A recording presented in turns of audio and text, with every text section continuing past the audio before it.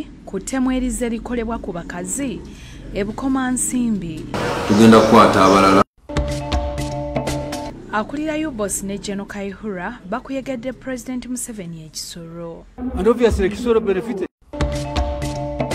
Abantu 84 abagambibwa okulumba enkambi za poliisi n'amagye Kasese baguddwako Jannaggomola.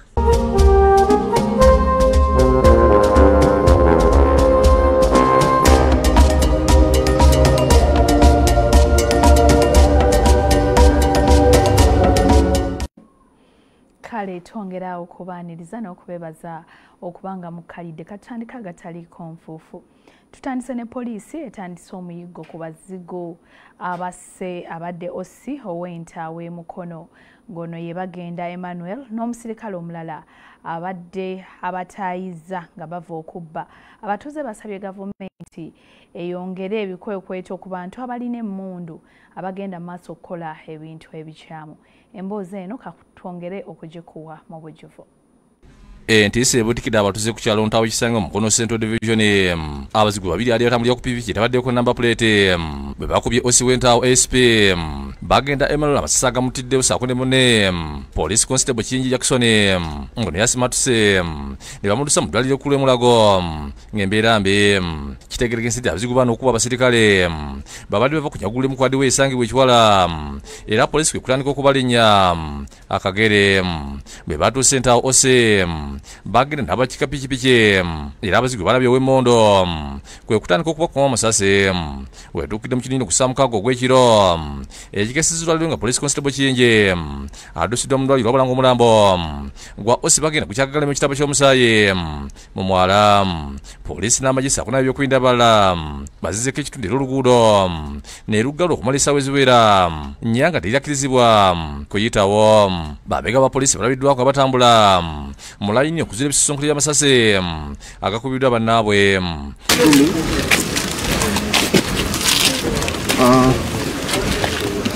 Stand on your lane. Stand on your lane. Stand there.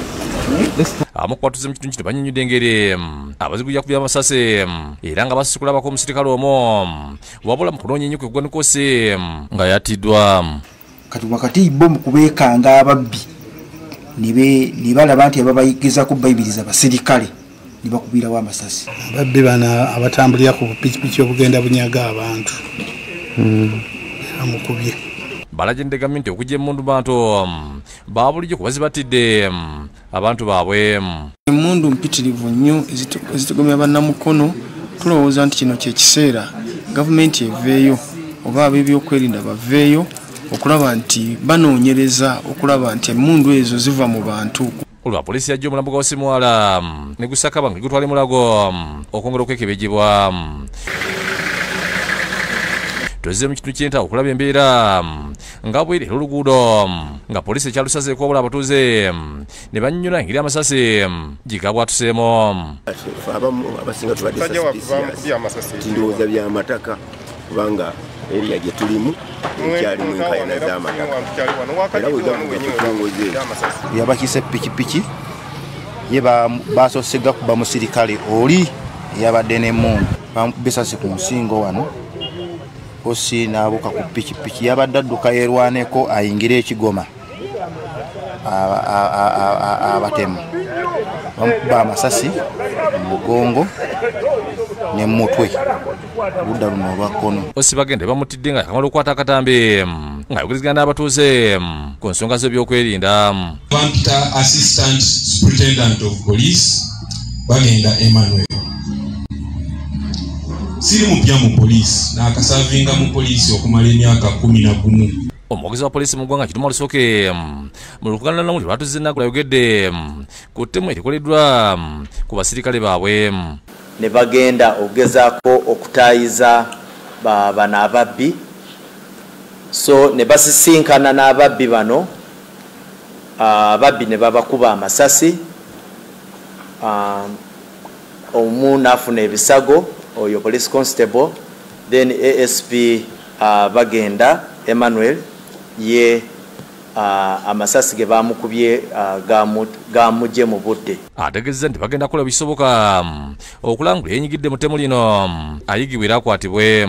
Tulikola buli kimu ekisoboka okulaba nti abazigwa abo tubafuna era tubatwale mu mbuga z'amateeka. David Musikaliankolo yakusakidde eggulu ku Bukedde TV.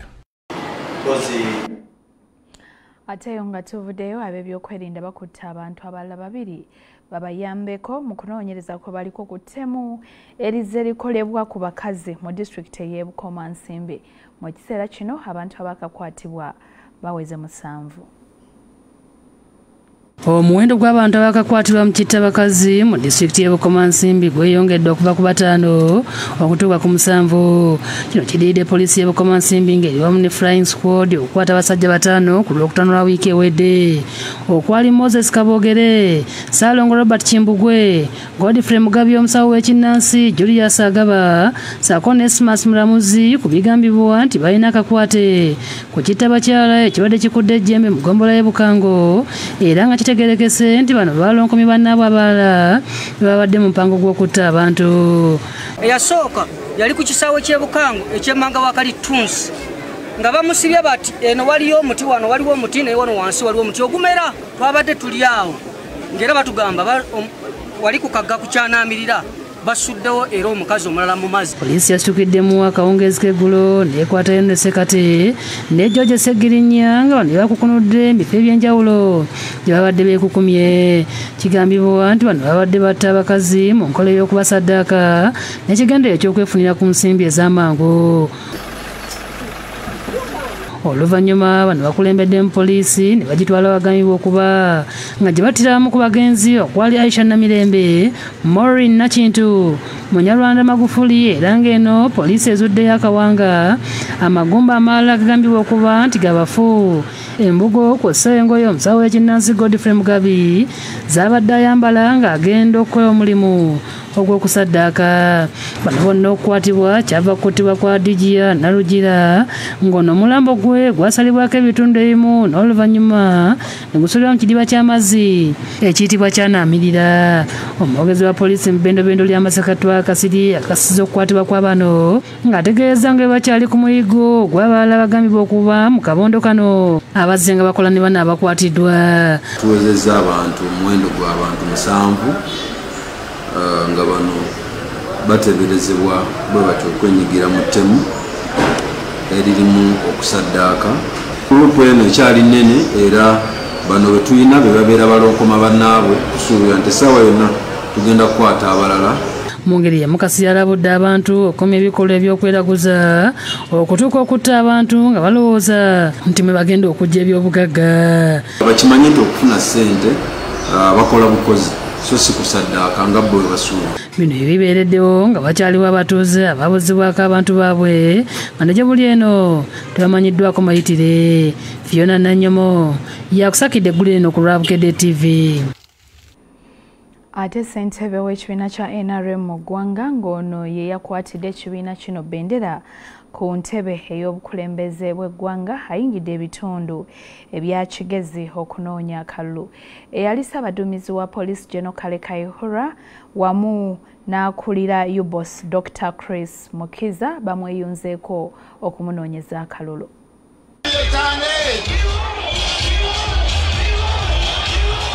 Omukulembeze w'eggwanga lino Yoweri Kaguta Tiwabula Museveni era nga ye ssentebe w'ekibiina ky'NRM yakutte bbendera okuvuganya ku bwapulezidenti bw'eggwanga lino atandise okunoonya akalulu mu bitundu bya Kigezi mu ggwanjuba bwa Uganda ng'atandikidde mu disitulikiti y'Ekisoro ne Rubanda.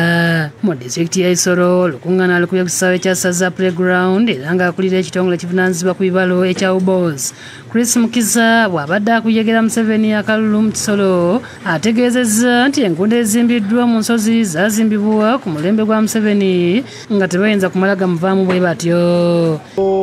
Sub-counties 23 sub-counties na za town councils ate mwezo tulinamu health center force. eyaliko ssaabaduumizi wa poliisi General Kale Kayihura naye akuyegedde President Museveni ng'ategeeza nti aweereza mu gavumenti ya Museveni okuviira ddala mu mwaka gwa 1986 nti kyokka Museveni bwe yayita nnajja mu buyinza Uganda yali nsi etalina lugendo omuzungu kyayita failed state. It has been the longest period in history of our country to have this stability without any chaos, any violent change of government.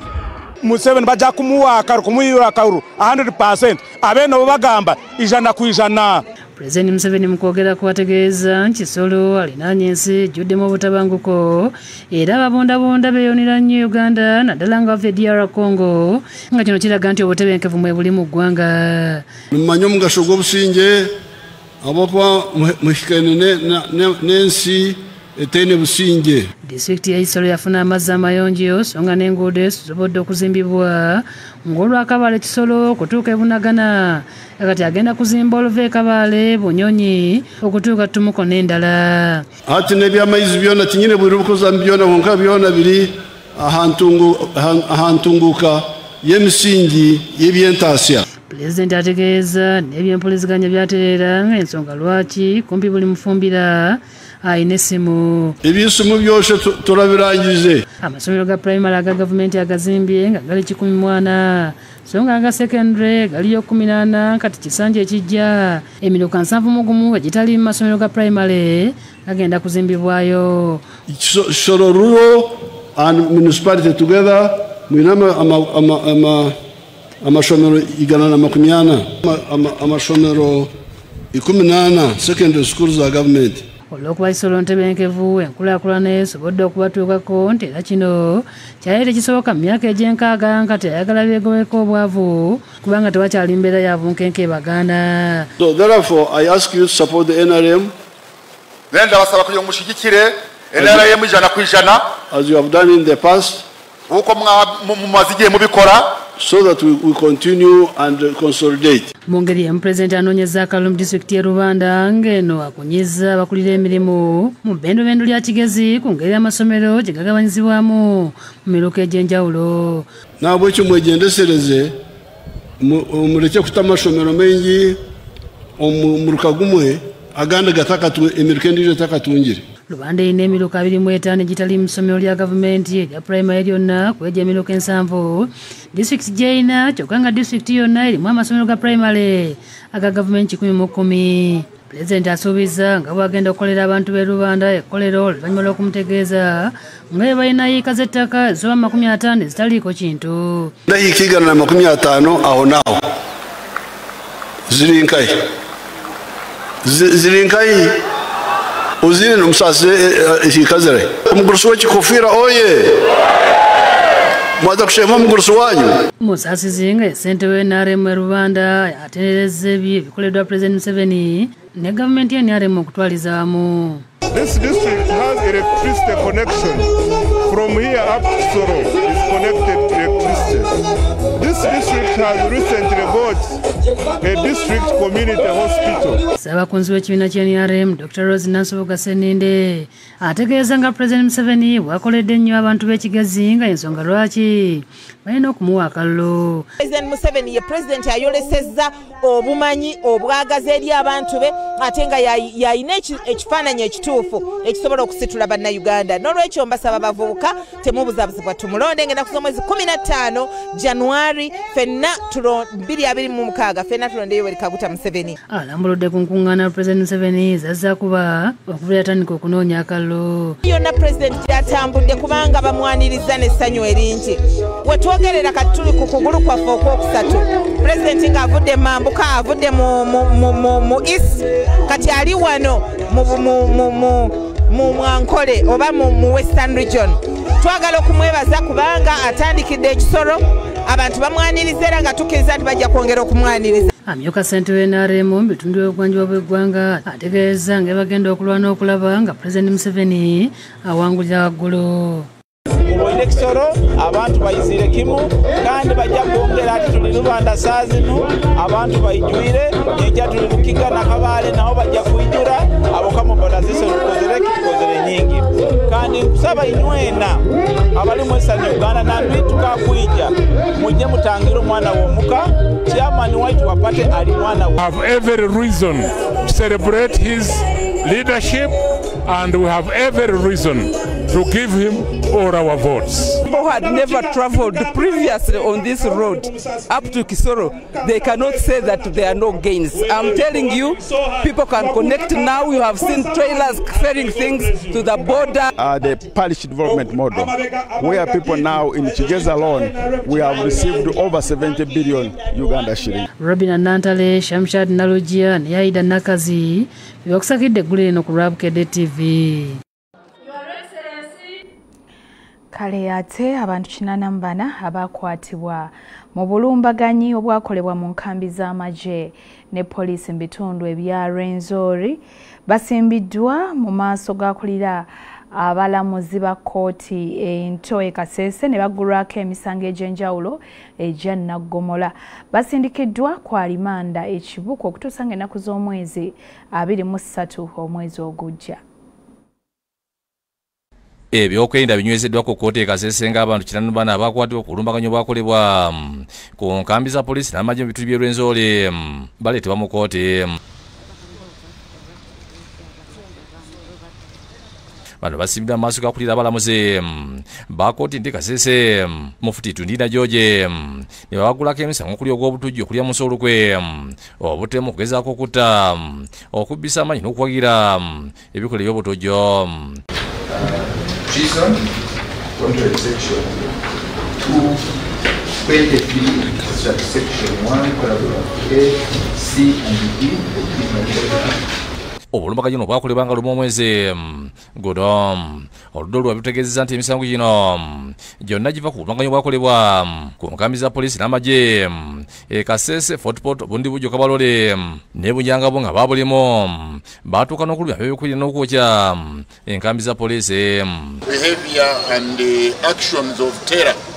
The people of Kasese, we are peace lovers. We want to say we condemn this action. Olw'okuba emisango gy'abasibidde gya Naggomola tebabakkiriza kuba ku Kyebogera ne basindikibwa ku alimanda okutuusa nga 23 omwezi ogujja. Oluvudde mu kkooti babasibisiza ennyiriri okubalinyisa bbaasi batutte mu komera e Moboko.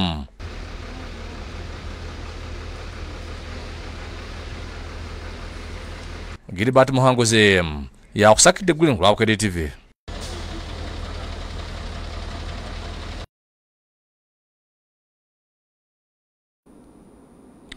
Kale ate Ssaabalabirizi Dr. Stephen Samuel Kazimba Mugalu asabye abantu obuteemalaamu olw'ebintu by'ensi kubanga bw'ofa byonna obireka. Okwogera bino abadde mu kusabira omwoyo gw'omugenzi abadde RDC Oweruweru Richard Bwabye Ntulume eyafa ku Lwokutaano olwa wiiki ewedde. Abakungubazi bagenze ku kyalo Kagugo okwetabamu kuziika abadde RDC Oweruweru Richard Bwabye Ntulume ng'omukolo gw'okuziika gutandise na kusabira mubiri gw'omugenzi okulembeddwamu Ssaabalabirizi w'ekkanisa ya Uganda the Most Reverend Dr. Samuel Stephen Kazimba Mugalu nga gwetabyeko ebikongo okuva mu gavumenti eya wakati.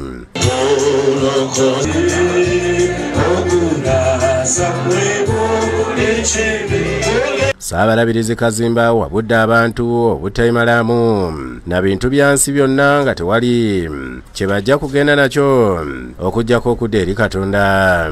Bajja bwereere baliddayo bwereere abantu toyinza kugulira eno ensi ejjudde enguzi naye teri agenda kasente agulire malayika ayitewo zino sente dola zange za kugulira malayika mbitewo sente zigenda kukoma wano. Asinzidde eno n'awabula bonna abeesimbyewo ku bukuubagano n'obutakkaanya bwe balina nti byonna bya bwereere wabula abakozesa ebigambo ebirungi ebinaasobolawo okumatiza abalonzi okubalonda nga basaanidde wadde nga bava mu bibiina eby'enjawulo. Abantu bonna abeesimbyewo temulwanagana mulwanira bwereere. Abaana basiimye Katonda olw'obulamu bw'awadde taata waabwe wadde nga babadde basuubirawo okumuzzanga mulamu ekitasobotse. Naye ku Lwokuna twali ffenna mu ddwaliro n'agamba nze mponye tuddeyo ewaka ne mugamba ataata nja kuzzaayo ku Saturday naye Saturday tetusobodde kwamuziza. Ssentebe wa disitulikiti y'e Luweero Erasto Kibirango asabye ofiisi ya pulezidenti okubanga balonda anaddira bwabye mu bigere okubawa omuntu anaabategeera nga bannaluweero awatali kubasosolamu okulaba nga Luweero egenda mu maaso. Ategeera abantu baffe, agumiikiriza, amanya Kibirango wano nina okukola naye. Naye abogezi bonna nga bonna bawulira baga nti bwabye Muzanganda yamuyamba era wasimbulidde bwabyo tuvaako mu kiseera tebatulowooza nti kibadde strategic mu mbeeri gye tugeramu kati. Mu bubaka bwa Hajji Yunus Kakande obwetikkiddwa Martha asiimye asabye bannaluweero okukuuma emirembe nga twolekera okulonda kwa bonna. Abaana ba Katonda nga bwe tugenda mu kukuba akalulu, it is a sure deal because we secured peace. Omubiri gw'omugenzi bwabwe oluvannyuma gugalamiziddwa mu nnyumba ye ey'olubeerera ku bijja bya bajjajjabe. Masula Navuga yakusakidde eggulu lino lwa Bukedde TV. N'emboozi eyo kkiriza tusooke tukuwummuzeemu ky'ekitundu ekisoose ekyagataliiko nfuufu. Tudda n'ekitundu kyaffe ekyokubiri mulimu gano. Kale bannaffe katweyongereyo n'ekitundu kyaffe ekyokubiri ekyagataliiko nfuufu. Tukitandise n'emboozi eyesimbyewo ku kifo eky'omubaka wa Busiro North ku kaadi eya NRM ono nga ye Moses Mayanja asuubiza abantu enkulaakulana mu kitundu kino singa banaamulonda okufuna entebe eyo. Bino byonna omusasi waffe yabirina era emboozi katujja kulambululira embojjovu bwayo. Munnakibiina kya NRM Moses Mayanja era nga ye yakutte ebendera y'ekibiina kino okuvuganya ku kifo ky'omubaka wa Busiro North okusagula akalulu. Akutandikidde ku kyalo lw'Emwedde mu ggombolola y'e Masuli tange n'asuubiza abalonzi enkulaakulana ey'omugundu. Asoose kutalaaga ebyalo eby'enjawulo ebikola omuluka gwe lw'Emwedde nga bakira buli watuuka nga bamulindiridde dda. Yekokodde ebbula ly'amasannyalaze eriri mu kitundu kino kyokka n'agumya abatuuze. Ebitundu ebisinga bugunyu baziri tebalina masannyalaze, wabiyinja tebalina masannyalaze. Nange ne ŋŋamba omubaka waffe kyekibadde ekizibu. Pulezidenti agamba amasannyalaze gayita wano omubaka buvunaanyizibwa bwange okugatuuse ye wammwe kubanga nze mmanyi ebitundu byammwe. N'olwekyo ekyo nakyo nja kulaba nga nkola ki ng'akirondoola. Ensonga y'amazzi amayonjo, okutumbula ebyenjigiriza, okulwanyisa ebbula ly'emirimu n'ebirala byonna abikonyeeko. Kubanga amanyi essomero lino lyetaaga ennyumba z'abasomesa, amanyi essomero lino lyetaaga okugaziyibwa era mu manifesto yaffe kyengenda okukolako kubanga mwekiri. Yonna abakulembeze bamugumiza nti ku beesimbyewo bonna gwe balinamu essuubi ne bamusuubiza okumukungirako abalonzi. Twagala tuleetere ddala abantu abaffe basobole okukola omulimu naffe okutugasa. Olwaleero tulezeewo nale mu Mayanja tugenda kuba buli kimu kyonna tulabeka mubagenda ku ngalo. Emyaka 5 tuzize tetulina kyetufunye omutwe guzimbe. Olwaleero twagala omutwe gukola eki kutwolokoke. Waliwo omuvubuka ategeezezza nga bw'asaze eddiiro okuva mu opozisioni okudda ku NRM oluvannyuma lw'okusomesebwa ku ebyo Pulezidenti Museveni by'akoze. NRM yakola enguudo, NRM yakola amalwaliro, NRM yakoze abantu bafuna sente za PDM emiyoga kati okuvako n'ensalawo nti nyambala Museveni. Oluvannyuma abawagizi basanyusiddwa bannakatemba n'abayimbi omubadde n'abazinidde amazina ku gaali abawagizi ne bafa essanyu.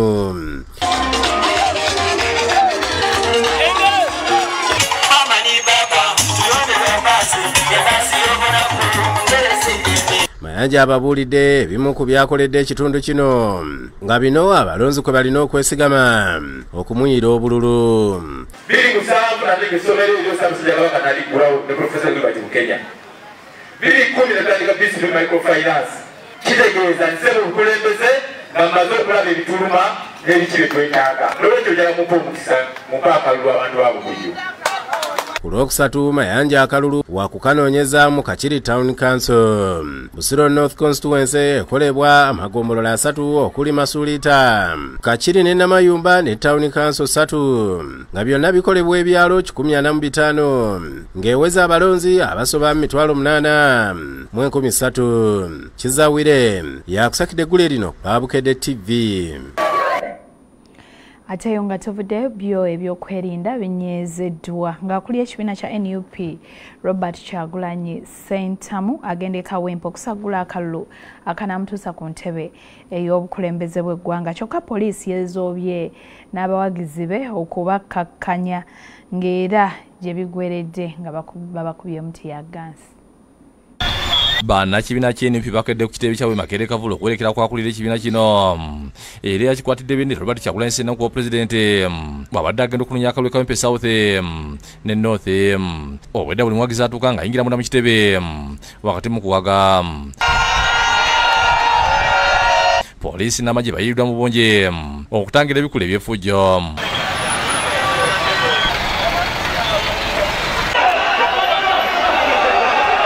Poliisi ererese n'embwa enkonzo olusu ez'enjawulo ku luguudo oludde bwa Isibidde bagobawo abajja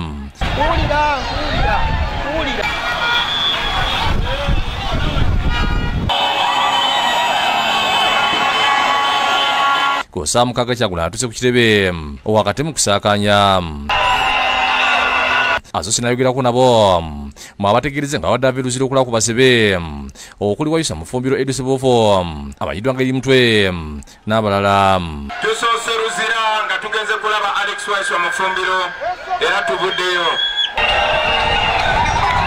Oliver Kyagulanyi n'abawagizi boolekedde e Kawempe South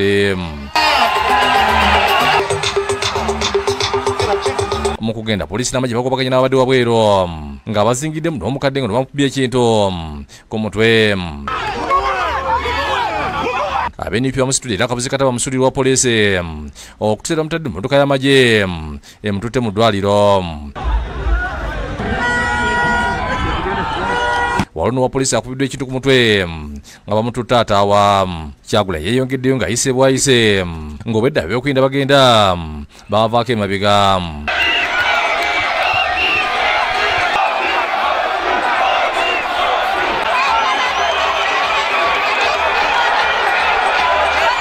Oluganda lw'okubya bwayise ku Gulowaaze nga bannakibiina okubalidde David Lubongoya ssaabawandiisi w'ekibiina Joel Sonyinyi akulira oludda lwa gavumenti mu Paalamenti n'abantu abalala basiimye bwayise olw'okupaniriza mu ssanyu. Kunga Uganda kunga balambe bali nnyo muli bakabi nnyo. NUP everywhere banaye nga muze bangi.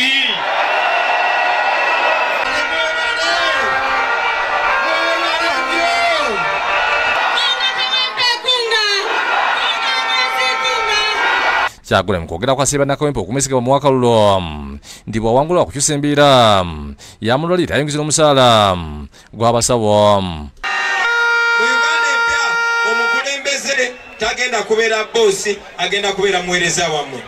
N'ebino byonna abataata bamaama abagenda obisa mu nkola yemmwe. Ffe twekozeemu omulimu bassebo ne bannyabo, mbasaba nza yogera nammwe n'ekibiina kyenkulembera banange mutwesige. Abadde yakamaliza okwogera Kawempe South ng'agenda e Kawempe North poliisi n'amagye ne batandika okukuba ttiyagasi n'amasasi okugumbulula abaddewo ne babuna emiwabo.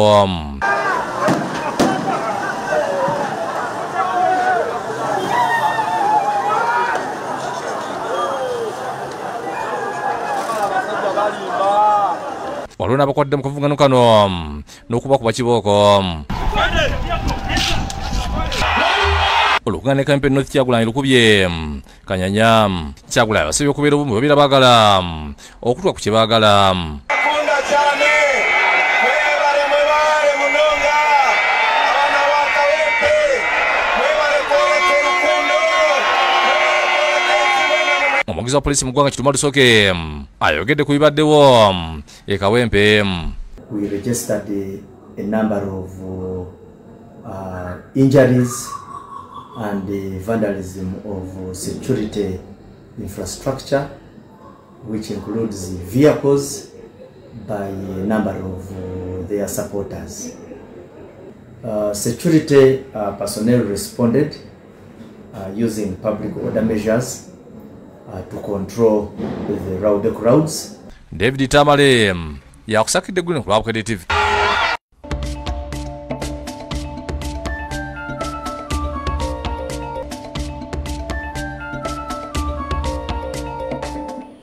Kitundu kyaffe ekirala ekyagataliiko nfuufu tukyongeddeyo n'ab'essomero erya Busiika Preparatory School Evumba mu Town Council ey'e Busiika District y'e Luweero bategese emmisa ey'okwebaza Katonda olw'okumalako omwaka n'okuweza emyaka 3 bukyanga ssomero lino liggulwawo. Ku mukolo guno batikidde n'abayizi aba top class abagenze mu primary.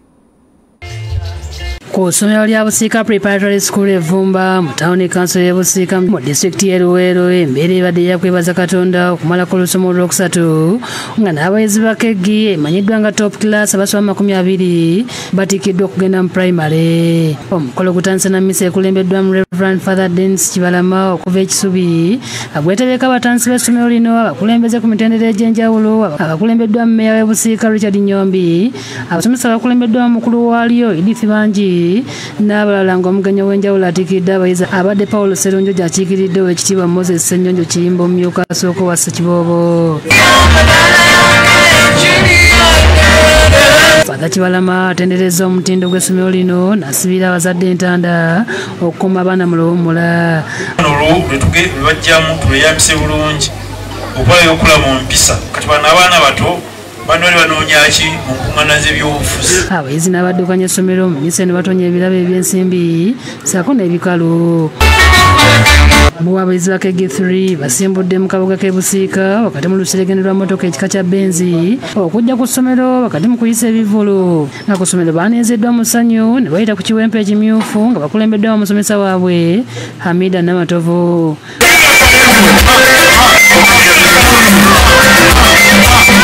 Fidaus Kabatesi ku lwabanne ku siteegi awerekeddwako Bakanyama n'asima babakwatiddeko okumalako Nassale. Truly without your unconditional love, care and support, we will not be here today. Sserunjo gy'atiikidde abayizi n'abakwasa amabaluwa agakakasa nti bamazeeko. You really made the right decision to bring or to enroll your child at Busiika Preparatory. Haji Yusuf Kamulegeya akulira okulambula amasomero e Luweero ne Gerard Sali akulira okulambula amasomero e Mukono era avunaanyizibwa ku mutindo ku ssomero lino basiimye omutindo ogwolesebwa abasomesa. Nzirako okwebaza badirekita baffe abaafuna ekirowoozo ne batandika Busiika Preparatory School. Abazadde mwebale kuwagira Busiika Preparatory. Meeya Nyombi n'abalala basiimye abaddukanya essomero lino ne basibirira abazadde entanda. Kati bwe tuba nga tuweerera abaana tugezeeko okubakuuma. Essomero lya Busiika liddukira ku sipiidi ayiririri. Mwebale nnyo mwebalire ddala olw'endabirira y'abaana. Ye Banji akulira essomero lino asiimye abazadde olw'okubawa abaana n'abasaba okuleeta n'abalala ng'okuwandiisa kugenda mu maaso. Era nga tubasaba mutwongere abaana ku Busiika Preparatory School. Ejja tutandika okuwandiisa abaana okuva ku Mande. Ayogedde n'ebituukiddwako mu myaka gino. Mukama atusobosezza ne tugaziya essomero lyaffe, tulina standby generator, tuguza ettaka ly'ekisaawe ky'essomero, tulina abasomesa abatendeke, twatuuza abaana omwaka oguwedde abaana 21 bonna ne bayita mu first grade ne guno omwaka tusuubira abaana bagenda kuyita bulungi. Akulira akakiiko k'abazadde Diana Sali asiimye engeri abasomesa gye bakwatamu abayizi. Omwana ava wano nga bulijjo mbagamba aba muntu mulamba, academically, socially balanced, physically capable.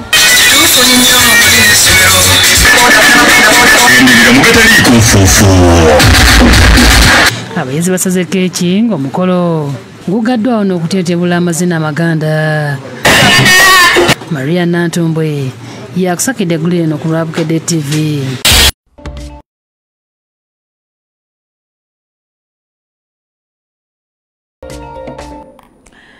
Libadde essanyu Jerere ku ssomero lya St Jacob's Junior School nga lino lisangibwa Namawojolo mu disitulikiti ey'e Mukono.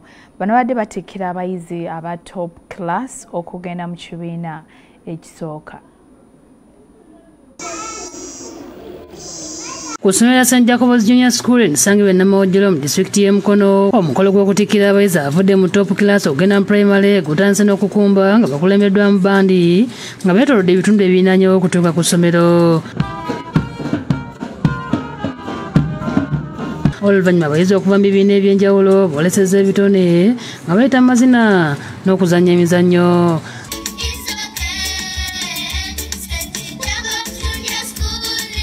Abayizi ba baby class be bagoddewo omukolo nga bayita mu kusoma ebigambo nga bakozesa sounds ez'enjawulo ekikyamudde abazadde.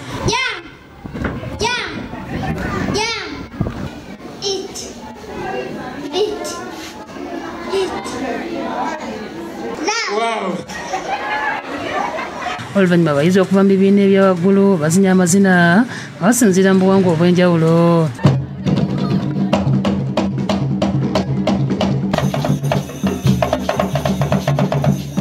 Bowa middle class boolesezza emisono egy'engoye egy'enjawulo gye bakoze mu bipapula n'emiti. Abayizi ba top class banekanekanya mu gawuni zaabwe bayitiddwa ku stage okusanyusa ku bazadde nga bayise mu nnyimba ez'enjawulo n'oluvannyuma batikkiddwa ne baweebwa amabaluwa saako ebirabo okubayozayoza n'okusala keeki.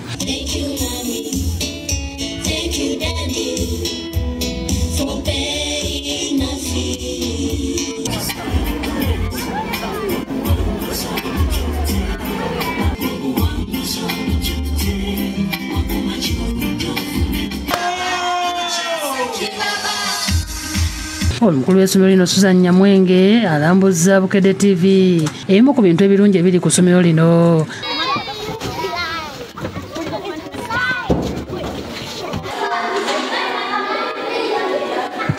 Asabye abazadde okubeesiga abawa abayizi.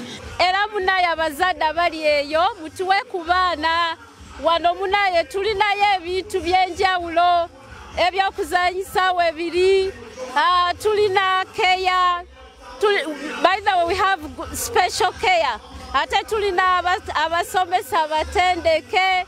Betty Nawukalu omu ku basomesa annyonnyodde ekifuula essomero lyabwe ery'enjawulo. Bintu bingi ebyokozesebwa, tuvuga eggaali, tulima, tulina sukuma wiki, buli kimu ekyetaagisibwa tukirina ku ssomero lyaffe.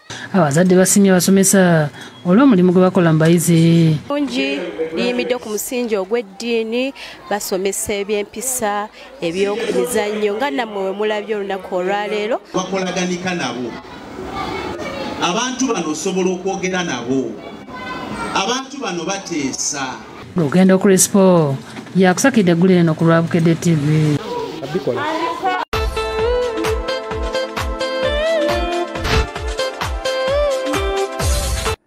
Lubulwa Lorian n'ekyo kyaffe ky'emizannyo agataliko nfuufu wano ku Bukedde TV1. Tandikiddeko omuzannyo gw'okubaka wetwogerera ttiimu y'eggwanga eya She Cranes abataka mu kibuga Glasgow ekya Scotland gye bagenze okuba nga batunka mu mpaka za Celtic Cup ezigenda okuba zitandika ku Lwokusatu lwa wiiki eno.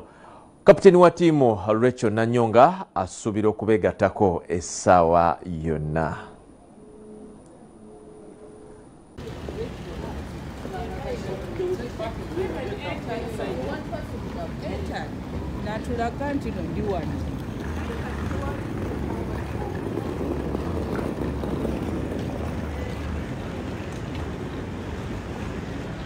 Right now, the team captain, Nanyonga Rachel, has not traveled with the team. Her visa has not come out, and also the visa for the team coach, for the team doctor. So I'm also left behind to ensure that they get their visas so that they can join the team. This has not really broken the spirit of the team. They are still very strong, very resilient. Their characteristic of resilience is still strong on the team. And once Nanyonga gets her visa, definitely the excitement will go up.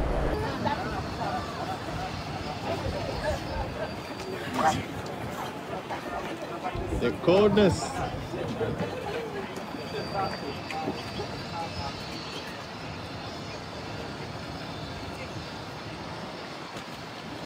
ate nga tuviddeyo ne tugendako ku nteekateeka z'ekisakate ky'ebyemizannyo kya Future Stars at 10 Days Multi-Sport Residential Holiday Training Camp ekigenda okubeera ku Gayaza High School wamu ne Gayaza Junior School. Enteekateeka zigenda bulungi. Era olunaku olwaleero kubaddeyo okulambula ebisaawe by'enjawulo.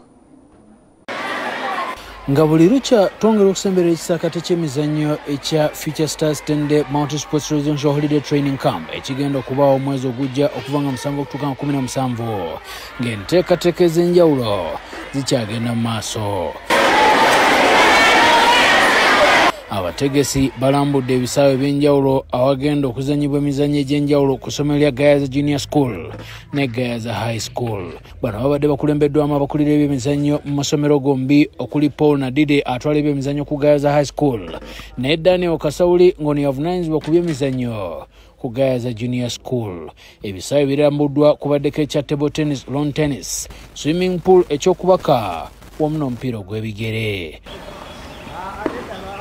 Facilities zonna ne equipment ezeetagisibwa okwesibwa mu camp ngole muva okulaba zonna nteeketeeke era tuli bamu twetegese nnyo okulaba nti buli omwana ajja kufuna omwagaanya okujjayo ekitone kye ekyalina n'okikulaakulanya ng'olwekisaanidde.